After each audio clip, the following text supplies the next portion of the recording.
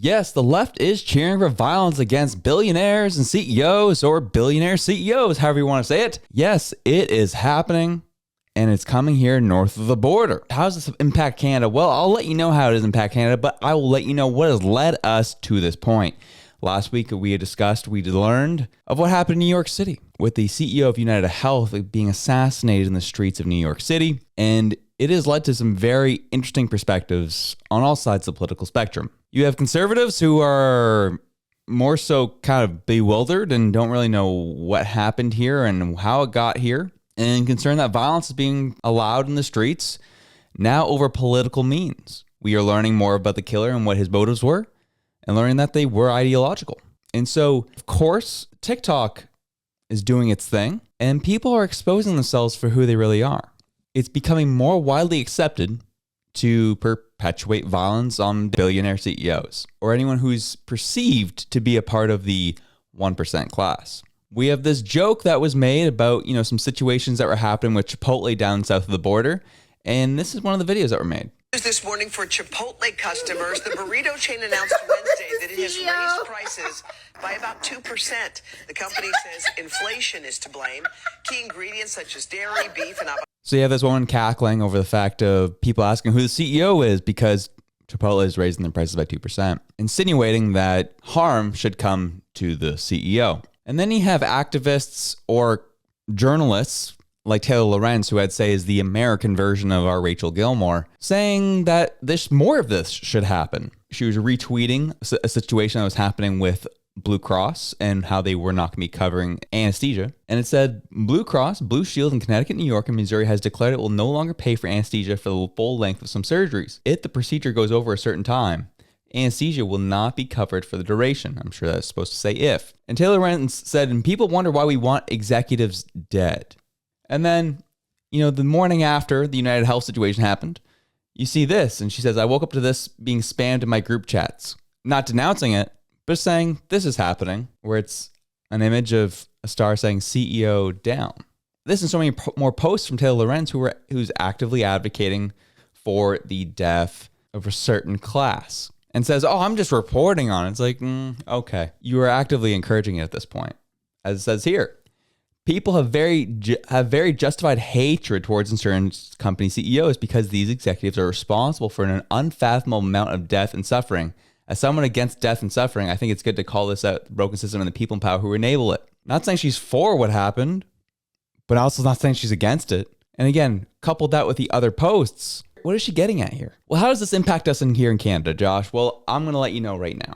Because the internet's an interesting place, people get ideas. As much as the Liberal Party has accused conservatives of bringing Maple MAGA north of the border, left-wing policies, left-wing ideas, and what their counterparts down in the States are advocating for also comes north of the border. We see what happened when the Blue Cross story broke. People got very upset, and the CEO of Blue Cross had to scrub all their professional information and then walk the policy back. Not because of political pressure, no, because their life was in danger. Vigilante violence is now on the rise. Vigilante justice is now being used as a tool for ideological wars. And the idea now, as I said, is coming north of the border, where you see this gentleman.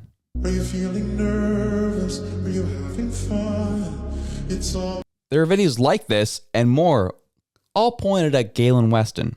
And if you even look at the amount of comments, the amount of likes, and the amount of views, people are encouraging this. Even someone like Amanda saying, Galen Weston is my personal nemesis, and I'm so happy other people are hopping on the train. Tomato saying, where are you at, Galen? People saying this is literally the first person I thought of. OMG.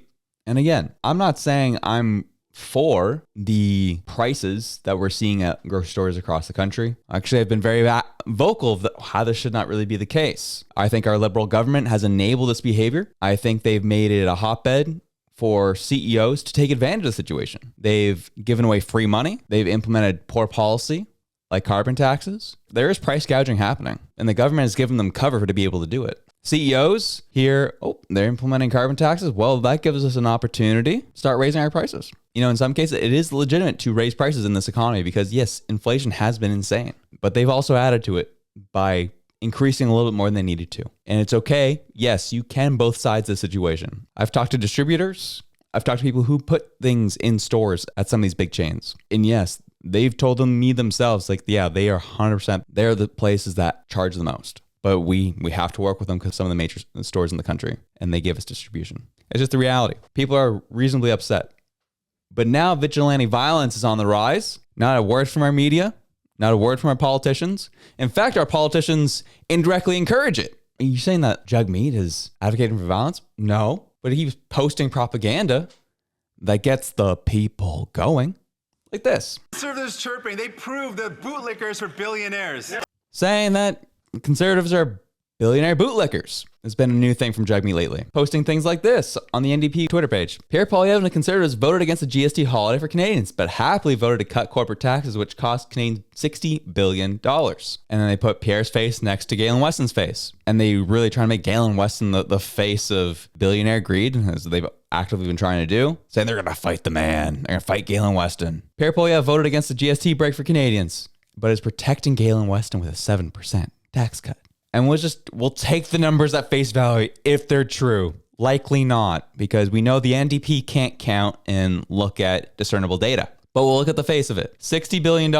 I think that's an okay price to pay to bring our unemployment rate from 6.8% down to 3%. I might take that. If we are able to open up our country and bring in foreign investment to bring in more competition, bring in more employment, people get jobs here and not depress our living wages. Yep, I think $60 billion is well worth the price. Thank you very much. But it's statements like this and situations like this that Jagmeet is stoking the fires for more vigilante violence to happen here. He can easily put his hands in his pockets and say, I didn't say nothing. I'm just saying we need to hold the CEOs accountable. But because you're propaganda, people are now looking at what's happening south of the border and saying, they might have a point. We should take the law into our own hands, because clearly our politicians don't care. They're openly flaunting it in our faces in a lot of cases, that they just don't care.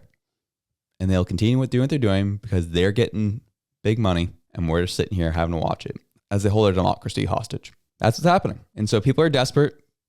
People are starving in the streets. People can't afford their food. Can't afford their homes. And now we have people on TikTok openly cheering on violence against a specific class in society. And it's being okayed, quietly okayed by our politicians in power. I do find it funny, though, that under Bill C-63, right, hopefully that never gets through, but under that bill, I do find it funny that Jagmeet, if anything were to happen to Galen Weston, Jagmeet could be brought up on charges for incitement of violence. He'd never get charged because he's part of the protected class. But I do find it funny how that would be the case, and then people would lose their minds. Society in the West has become more unhinged through destructive policies. We've destroyed our dollar, depressed our wages, eroded public trust in our institutions. People are at each other's necks. And now, as we've been seeing over the past year, and now it's just being perpetuated against another class of people, violence is being encouraged because things have gotten so dire. Later today, we'll be talking about the vote of non-confidence coming down in the House, and as well as that Pierre, clearly we find out that Pierre didn't need a security clearance, and CSIS is going to be briefing him on everything that's going on foreign interference-wise. So we'll get into that later today. Have yourselves a good one. I'm out.